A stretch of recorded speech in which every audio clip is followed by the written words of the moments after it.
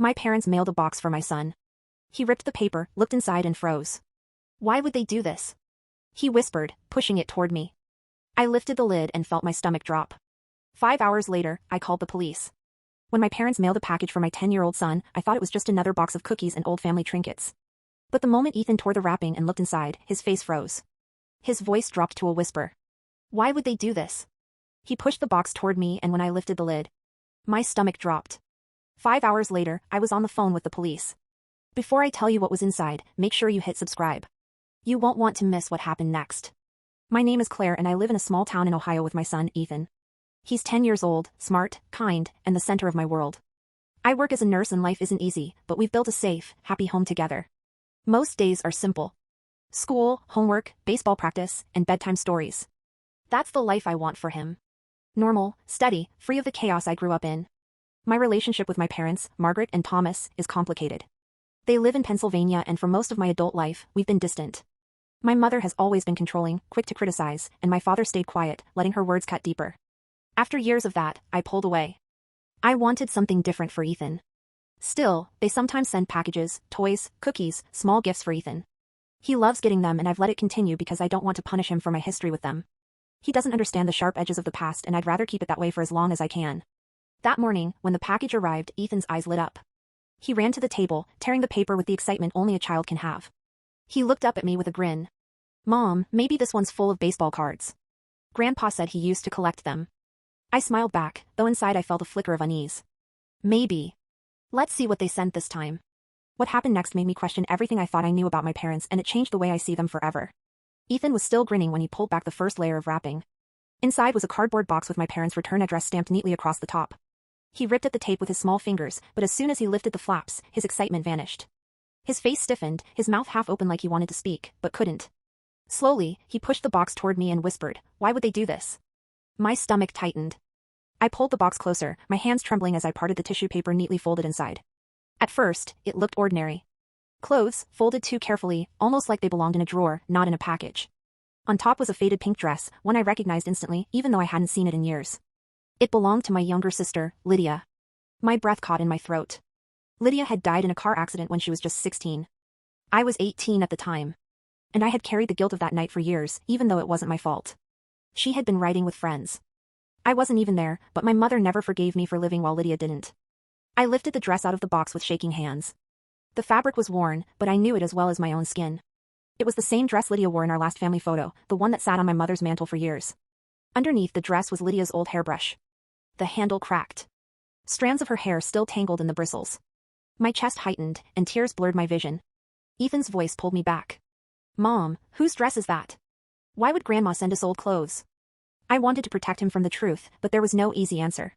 I set the dress down gently and tried to steady my voice. It belonged to Aunt Lydia. She passed away a long time ago. He frowned. So why would they give it to me? That was the question echoing in my mind. Why now? Why send me Lydia's things after all these years? I reached back into the box, my heart pounding, and pulled out a photograph. It was of Lydia and me, standing side by side, arms wrapped around each other. We were smiling, carefree, but what froze me wasn't the picture itself. On the back, in my mother's handwriting, were 5 words. You should have been the one. The room tilted. I sat down hard in the chair, clutching the photo, my hands sweating. I could almost hear my mother's voice saying it, the same cold tone she used years ago when she would compare me to Lydia. Why couldn't you be more like her? Why are you still here when she's gone? The words had haunted me as a teenager, and now she had carved them into this message, sending it to me through my son. I felt sick. This wasn't a gift. This was a warning, a deliberate attempt to reopen old wounds. But it wasn't over. At the bottom of the box, wrapped tightly in crinkled paper, was something that made my blood run cold. It was a small glass vial, sealed with a metal cap, and inside was a clear liquid. Across the label, written in black marker, were just 2 letters. L.D., Lydia's initials. I stared at it, my pulse racing. Was it just water, perfume? Something harmless? Or was it something far worse? The fact that my parents had sent it in this context made it feel sinister. Ethan leaned closer. Curiosity in his voice. What is that, Mom?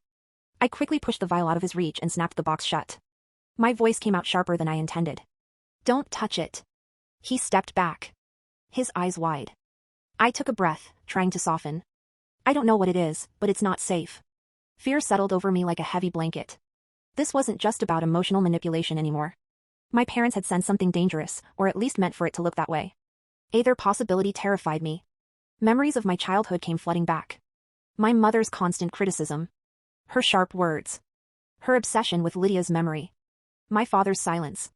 His refusal to ever stand up to her. They had always found ways to make me feel small, guilty, unworthy. But this? This was different. This was calculated. I carried the box into my bedroom, locked the door, and set it in the closet, as far out of Ethan's sight as possible. I sat on the edge of my bed, the photo still in my hand, and tried to make sense of it. My parents were cruel, but would they go this far? Were they trying to scare me? To punish me? Or was there something even darker behind this? Ethan knocked softly on the door. Mom? Did I do something wrong? My heart broke hearing those words. I opened the door and pulled him into a hug. No, baby. None of this is your fault. I kissed the top of his head, holding him tighter than usual. I promise. I'll take care of it. But inside, I was shaking. I didn't know what to do next. What I did know was that this wasn't something I could ignore. The box wasn't just a package. It was a threat. And I had to decide how far I was willing to go to protect my son from the people who were supposed to love us most. I sat on the edge of my bed for what felt like hours, staring at the closed closet door where I had hidden the box. My hand still smelled faintly of the old fabric from Lydia's dress, and the words on the back of the photograph echoed in my head. You should have been the one. Every time I repeated it to myself, it hit harder, like a knife twisting deeper. I knew my parents could be cruel, but this was beyond cruelty. This felt like something deliberate. Something dangerous. I looked at Ethan curled up on the couch with his sketch pad, trying to act like nothing had happened. He was pretending to draw, but I could tell he was worried. Every few minutes, his eyes flicked toward me, waiting for reassurance. I forced a smile whenever he looked up, but inside, I was unraveling. I needed to do something. I couldn't sit here and hope this was just another twisted attempt at control. The vial in that box gnawed at me. I didn't know what it contained, and not knowing was almost worse than knowing. What if Ethan had opened it before me? What if it had broken in his hands? My stomach turned at the thought. The first person who came to mind was my brother Daniel. He and I weren't especially close, but he was the only family member who had ever understood how toxic our parents could be. He'd moved away years ago, carving out a life for himself in another state, and he rarely came home. Still, he had seen the same things I had. If anyone could give me perspective, it was him. I picked up my phone and dialed his number. My hands shook as I pressed it to my ear. It rang several times before he answered, his voice groggy. Claire, everything okay? No, I whispered. Something's wrong. It's Mom and Dad. There was a pause. Then his tone sharpened. What happened? I told him everything. The package, the dress, the photo, the vial with Lydia's initials. As I spoke, my voice cracked, and I realized just how much fear I was carrying. Daniel was silent for a long time after I finished. Finally, he sighed. I'm not surprised. I blinked. What do you mean you're not surprised? They've been slipping for years, he said quietly. You cut them off, Claire, but I still get calls sometimes. Mom talks about Lydia like she's still here. She blames you for moving on. Dad just sits in the background, letting it happen. It's gotten worse. My chest tightened. So you think they sent this on purpose? To hurt me? I don't think, Claire. I know. That photo. Those words. Who else would write that? And the vial? I don't even want to guess. Whatever it is, you can't take chances. If I were you, I'd call the police. Right now. His words made my throat go dry. Call the police? On my own parents? Part of me wanted to argue. To cling to the hope that this was just some awful misunderstanding. But another part of me knew Daniel was right. If this had been sent by anyone else, I wouldn't hesitate. The only thing holding me back was the fact that it was them. I don't know if I can, I admitted, my voice shaking.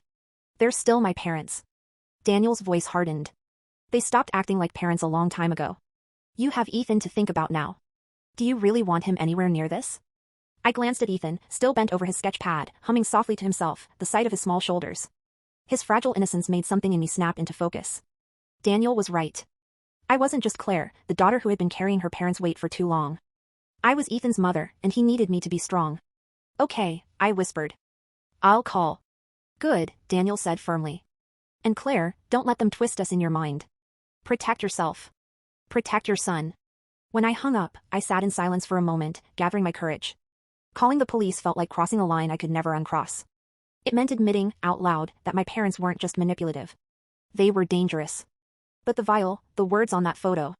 The way Ethan had looked at me in fear, I couldn't ignore it anymore. I picked up the phone again, this time dialing the non-emergency line for the local police department. My voice shook as I explained what had happened, what I had received, and how I feared for my son's safety. The dispatcher's tone was calm, but serious. She told me an officer would come by to collect the package and speak with me. When I hung up, I felt a strange mix of relief and dread. Relief that I had finally taken action. Dread over what would come next. My parents had always found ways to make me feel powerless. But this time, I wasn't letting them win. I walked over to the couch and sat beside Ethan. He looked up at me with those wide, searching eyes. "Mom, are we okay?" I pulled him close, wrapping my arms around him. "Yes, baby, we're okay. I promise," inside though. I knew that promise could only hold if I followed through. I had made my decision. The box was no longer just a package for my parents. It was evidence. And soon, the police would know exactly what they had sent. The knock on my door that evening was heavier than usual. The kind of knock that told you someone official was on the other side. Ethan sat close to me on the couch, clutching his sketchpad against his chest like a shield. I stood slowly, my legs heavy, and opened the door to find two uniformed officers standing there. One was younger, tall, with kind eyes. And the other was older, gray around the temples, his expression unreadable. "Mrs. Danning?" the older one asked. "Yes," I answered, my voice tight. "I'm Detective Harris, and this is Officer Martinez. We're here about the package you reported. May we come in?" I stepped aside, and they entered. The air in the house felt different with them there. Heavier, but also safer. I pointed toward the bedroom where I had locked the box. Ethan stayed on the couch, silent, his wide eyes tracking every movement. I unlocked the closet and carefully lifted the box onto the bed. My hands trembled as I opened the lid again. The sight of Lydia's dress made my stomach twist. But I forced myself to keep my composure. I wanted the officers to see everything exactly as I had. Detective Harris put on a pair of gloves and began carefully lifting each item from the box. He examined the dress, the hairbrush, and then paused over the photograph. His eyes flicked to me as he read the back. "Did you know this would be inside?" I shook my head. Number I. I didn't even know they still had these things. My voice cracked and I swallowed hard. "Handwriting is my mother's." He gave a small nod, his expression stern but sympathetic. Then his gloved hand moved to the bottom of the box. When he lifted the vial wrapped in paper, my heart thudded so hard I thought it might burst. The glass caught the light, the clear liquid inside shifting as he held it up. "This is what you were most concerned about?" he asked. "Yes," I whispered. "I don't know what it is. But the initials are Lydia's. And after everything else, I can't help but feel like it's meant to hurt me." Officer Martinez stepped closer, his eyes narrowing as he studied the vial. "We'll need to take this to the lab for testing," he said firmly. "Do not, under any circumstances, try to open or handle something like this." As they secured the vial in a padded evidence bag, Ethan's small voice carried from the living room. "Mom, what are they doing?" I turned to him, forcing a calm smile. "They're just checking to make sure everything's safe, sweetheart." But inside, I wasn't calm at all. I felt like the walls were closing in. Seeing the vial in the hands of law enforcement made the situation terrifyingly real. This wasn't just family drama anymore. This was an investigation. Detective Harris stayed behind to ask me questions while Officer Martinez took the box out to the patrol car. Harris sat across from me at the table, his notebook open. "You said your parents sent this?" "Yes, it came in the mail today. The return address was theirs." "Have they ever threatened you before?" I hesitated, not like this. "But my mother," she said things. "She's blamed me for my sister's death ever since it happened. She never let me forget it." And sending Lydia's belongings with that message, I shook my head, fighting tears. "It feels like she's escalating." He wrote quickly, nodding. "Do you believe your son was the intended recipient or you?" The question made my blood run cold. I glanced at Ethan, who was pretending to cull her, but was clearly listening. "Me," I whispered. "It was meant for me, but they knew he would open it first." "They knew." Harris's expression hardened. "That's important. We'll move quickly on this." Hours passed like slow-moving clouds. Ethan eventually fell asleep on the couch, his sketch pad slipping from his hands. I covered him with a blanket, my heart aching at how small he looked. He shouldn't have to live with this kind of fear. Near midnight, the phone rang. Detective Harris had left me his number. And when I picked up, it was him. His voice was steady, but carried weight. "Mrs. Danning, I wanted to update you. The vial has been tested." I gripped the phone tighter, bracing myself. "What was it?" There was a pause. Then his answer hit me like ice water. It contained a toxic substance, small amount, but dangerous enough if ingested. I sank into a chair, my whole body trembling. "Are you saying they, my parents, sent poison to my home?" "I can't speculate on intent right now," Harris said carefully. "But the fact is, they mailed you a hazardous substance along with items designed to cause psychological distress. That combination is deeply concerning. We'll be pursuing this as a criminal matter." My mouth went dry. My parents, Margaret and Thomas, were no longer just difficult controlling people. They had crossed into something darker, something criminal. And the thought that Ethan could have been the one to open that vial made my stomach twist until I thought I might be sick. Harris's voice softened slightly. You did the right thing calling us. I need you to know that. This could have been much worse if you hadn't acted. When I hung up, I sat in silence. My mind spinning. For years, I had told myself that my parents' cruelty was just words, just manipulation, that if I stayed strong, they couldn't hurt me anymore. But now I realized how wrong I had been. They had found a way to reach into my life again, to use my son's innocence to deliver a message soaked in cruelty and danger. I walked over to Ethan, brushing the hair from his forehead as he slept. My hands still trembled, but my resolve was firm. My parents had shown me who they truly were. And now I had to show them that they no longer had any power over me. The box, the dress, the photo, the vial. They weren't just objects anymore. They were evidence of a line crossed, of love twisted into something unrecognizable. And as much as it broke my heart, I knew I could never look at Margaret and Thomas's parents again. The night after the police confirmed what was inside the vial, I barely slept. I kept replaying every moment of the day over in my mind. The look on Ethan's face when he opened the box. Familiar ache in my chest when I touched Lydia's dress, the weight of the words written on the back of that photo. For so long, I had carried the burden of my parents' cruelty quietly, convincing myself it was just part of who they were. But now, with the evidence sealed away in police custody, I couldn't deny the truth anymore. My parents weren't just broken people clinging to grief. They were dangerous. In the morning, Ethan crawled into bed beside me, his hair sticking up in every direction, his face still soft with sleep. He leaned against me and whispered, "Mom, are Grandma and Grandpa bad people?" His question cut deeper than any wound my parents had ever given me. I held him close, my heart breaking as I searched for the right words. "They're people who made very bad choices," I finally said. "And those choices hurt me and they scared you. But I promise you, they won't be part of our lives anymore. My job is to keep you safe and that's what I'll always do." He didn't say anything after that, just nestled against me. And in that quiet moment, I knew I had made the right decision. For years, I had kept a thin line of contact open, thinking it was better for Ethan to know his grandparents in some way.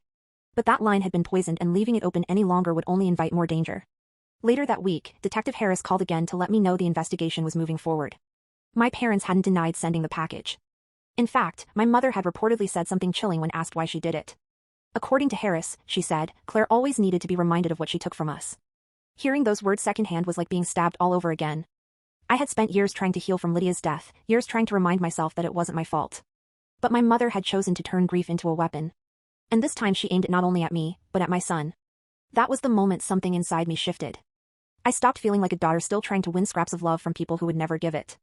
I stopped carrying the guilt they had forced on me for so long. I wasn't just Claire, their child, trapped under their shadow. I was Claire, the mother of Ethan, and my only responsibility was to him. Cutting them off completely wasn't easy. Part of me still felt the weight of obligation, the old voice in my head whispering, but they're your parents. But love isn't supposed to come wrapped in threats. Love isn't supposed to leave you trembling every time the phone rings or a package shows up at your door. Love certainly isn't supposed to put your child at risk. I blocked their numbers, gave strict instructions to the post office not to deliver anything from their address, and worked with the police to make sure any further contact would be documented. It felt like drawing a boundary line in the sand, firm and final. And though it hurt, it also felt like freedom. For the first time in years, I could breathe without waiting for the next cruel comment or manipulative gesture. I could focus on Ethan without the shadow of my parents' control hovering over us. And in that space, I started to rediscover something I hadn't felt in a long time, peace. One evening, a few weeks after everything happened, Ethan and I sat on the porch watching the sun dip behind the trees. He was quiet for a long time, then turned to me and said, "Mom, I'm glad it's just us." Tears filled my eyes, but this time they weren't from fear or guilt. They were from gratitude. Gratitude that he was safe, that we had survived this, and that I finally had the strength to protect him in the way I should have all along. Looking back, I realized the package wasn't just a box filled with old belongings. It was a test, a brutal one. But it forced me to make a choice I had been avoiding for years. It made me confront the truth about my parents and finally break free from their hold. And if there's one thing I've learned from this, it's that sometimes the people who are supposed to love you the most can also cause the deepest wounds, but you don't have to keep letting them. Protecting yourself and the people who depend on you is not betrayal. It's survival. So, if you take anything from my story, let it be this. You have the right to choose safety over obligation. You have the right to protect your peace. Even if it means shutting the door on people who share your blood. This is the lesson I want Ethan to grow up knowing, that love is shown through care, through kindness, and through safety, not through fear. And as long as I'm here, that's the only kind of love he will ever know. Before you go, make sure to subscribe to my channel for more powerful true stories like this and share in the comments. Have you ever had to walk away from someone in your family to protect your own peace? I'd love to hear your thoughts.